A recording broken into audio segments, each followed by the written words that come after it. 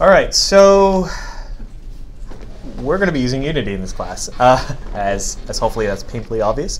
Let's talk a little bit about what is Unity. So there are actually two versions of Unity that you're allowed to use. One is the free version, which we're going to be using in this class, and another is the pro version.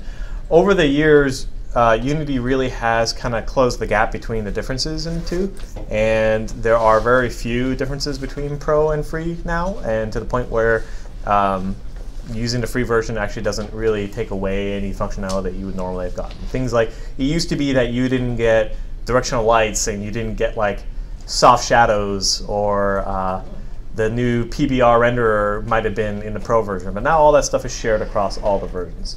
Unity itself is a toolkit consisting of an editor, which allows you to make your content, scripting support, so allowing you to write C#, or in the case of our class, Playmaker scripts, to drive gameplay, as well as the renderer tied in with the toolkit, so meaning how it looks once it's actually in the game. And with Unity 5.0, they included what's called a PBR-based renderer, which is a physically based renderer, which is what Unreal Engine 4 uses. And physically based rendering, hopefully, does anyone not know what PBR is? I'll explain it briefly. Okay, it's a way of rendering that tries to mimic real life as closely as possible. So previously, before PBR, you'd be making normal maps and specular maps and diffuse maps, and sometimes you'd make ambient occlusion maps for all of your models. But now in PBR, what you're kind of doing is you're kind of defining values like how rough an object is. Like this table is slightly rough, so it's either rough or shiny, as well as how metallic an object is. So like how much reflection there is in it. And through the combination of those two, you get a lot of more realistic games. A lot of newer games coming out are PBR based, so including Overwatch. Overwatch is based on a PBR renderer. So as I mentioned, Unity has the editor. It also has an asset store. So it allows you to purchase or get for free assets from the store that other people have made, which includes things like props, but also things like plugins for the editor, as well as scripts that you can use in your game. And the editor itself is pretty easy to use. We're going to go through a tutorial today, and we'll all learn how to use it. So scripting is another big part of Unity. There are kind of two big ways to script in Unity. One is through some kind of visual system, or one is through writing lines of code. So you can use both JavaScript and C# in Unity. If you'd like to script by writing code, you're more than welcome to do that in this class. We are going to be using Playmaker to drive most of our gameplay, though. And scripting is just a way for you to define things like, oh, let's move the player from here to here, or keep track of how much health the player has, or define the rules for how you win your game or how you lose your game. Other things that Unity is. Unity is a way to manage assets. So it allows importing from a wide variety of formats. So you can import from Maya or Max in a variety of different file formats. Makes it very easy to just drag and drop those things. As I mentioned, it has an asset store. So it has a way for you to purchase things online. All right. Any questions so far? We're going to jump into the tutorial. I'd like to get everyone set up in Unity. So what you should get is something like this. Everyone should be able to go to this kind of screen on the Create Project screen. And if you guys aren't at the screen yet, raise your hand.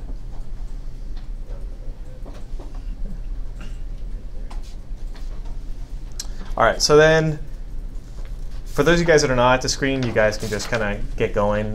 This stuff is recorded, and so we'll be able to watch it later. Mostly just pretty introductory stuff. So the kind of first thing I'm going to do, I'm going to have you guys watch, because I have a lab which it kind of explains everything anyway. So the first thing I'm going to do is I'm just going to create a new project. Unity projects, you think of projects in Unity like games. Every project in Unity, you should make a new project for every new game you're going to make. And within projects, you have a lot of different things you can control. But projects ultimately are just a folder on Windows that you're going to be creating. So I'm going to make a new project. You have your choices of either 2D or 3D project. It doesn't really matter. We're going to do a 3D project to start. I'm going to name this GA3331 Week 2.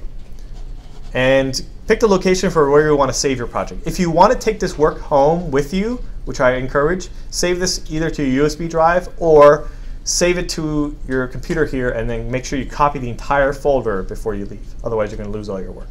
I'm going to just save this to my desktop here and create the project. So I'm going to do a brief overview first of all the different pieces of the Unity editor, and then I'm going to have you guys jump in and start making content. Have you guys follow along in the lab. OK, so this is Unity. There's a lot of different windows in Unity, and every different window has a different function. So let's just start with kind of the high-level view of what actually is happening. In here, in the main view that opens up is called the scene view. This is basically where you edit all of your content. This is your level editor. This is where you're going to put down assets. This is where you put down lights and effects and characters. You interact with this to create your world. My hard drive just fell off. That might be OK.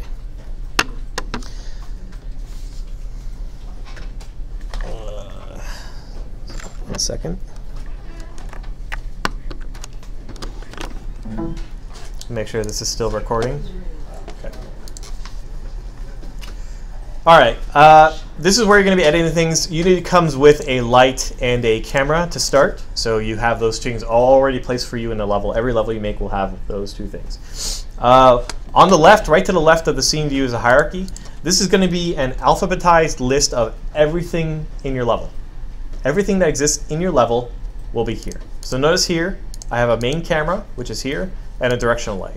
So clicking on these things also selects them in the hierarchy.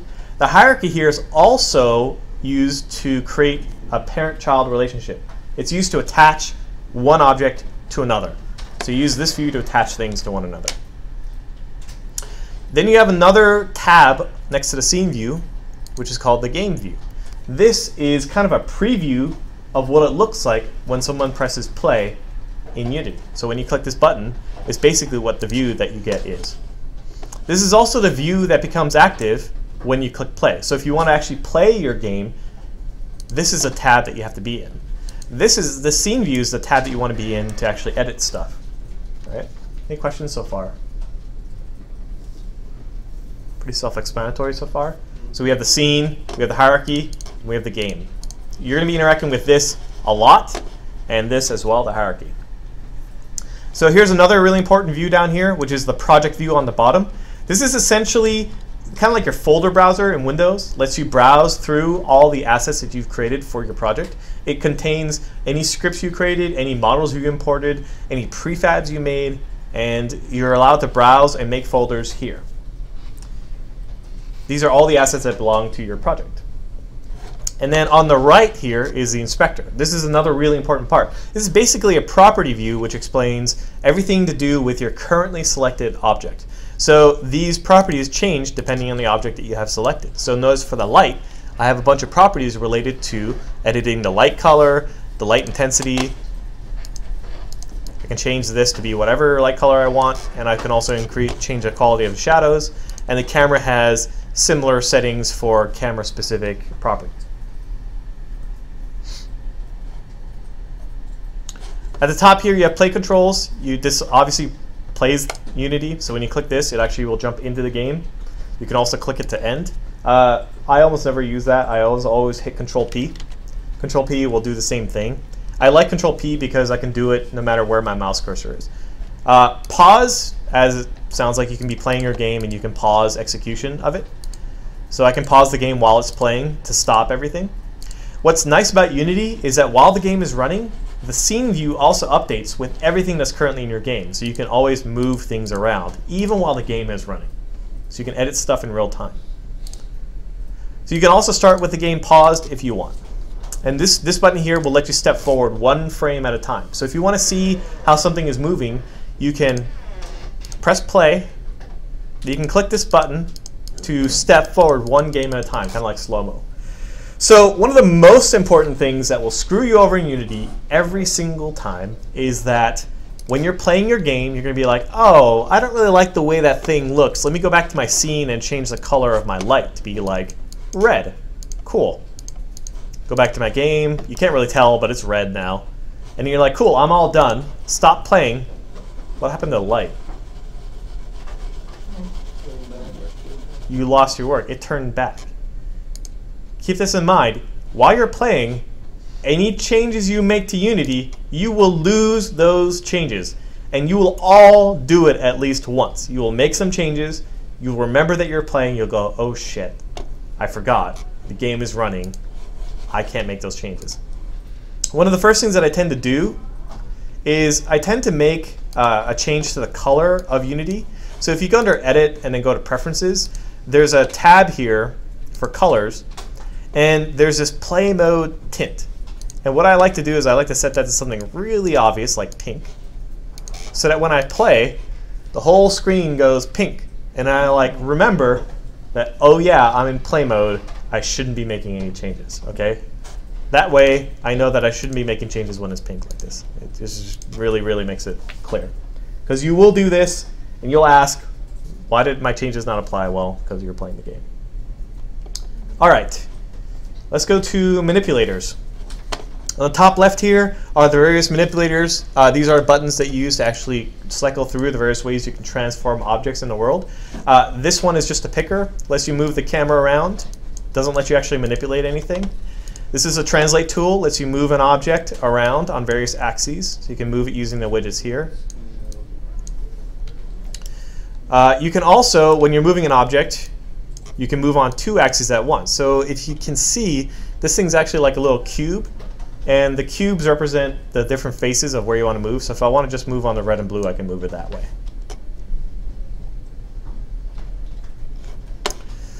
Notice when I'm moving the light, the way the blue arrow is pointing, it's pointing down. That's because you have your choice of whether you want to move the object in its local space or in world space. And there's a big difference because sometimes you will have rotated an object. Like this light right here is actually rotated to shine down that way. So when I'm in local space, I can move it in the direction that it's shining. Or if I turn on world space, it moves it here. Hopefully everyone that makes sense. Like I can move things relative to the object, or I can move things relative to the world. Same like a Exactly. Scale and rotation are pretty self-explanatory. You can do those. For scale, if you click on the white box, you'll scale in all 3 directions, or you can just scale in one direction if you'd like. Okay. This is pivot manipulation. We're not going to really be using that. So, all right. Finally, over here in the top right, we have a few different options to hide and unhide objects in your level. Sometimes you'll have hundreds of objects in your level and you want to hide some of them. You can do that by controlling it through the layers. So these layers here let you control what is visible and what is not. So you can either show everything, or you can only show like UI. You can hide everything but UI, or you can show everything. It's kind of a way to just organize your scene. Maybe you have too many things to look at. All right, and then layout. This is probably the one that I use a lot, even though I only use it once. This just lets you choose between a preset configuration of layouts that you like. I usually like a 2x3 layout personally up here because it lets me view the game and the scene at the same time. Or you can do force split, which lets you view from orthographic projections of the scene. Or you can go to the default view, which is what we're currently using. You can also save your layout if you want, and there's other various types of layouts depending on what you want to use. Look at the different layouts, pick the one that works for you. I like this one just because I like to be able to see the scene and the game at the same time. All right, questions?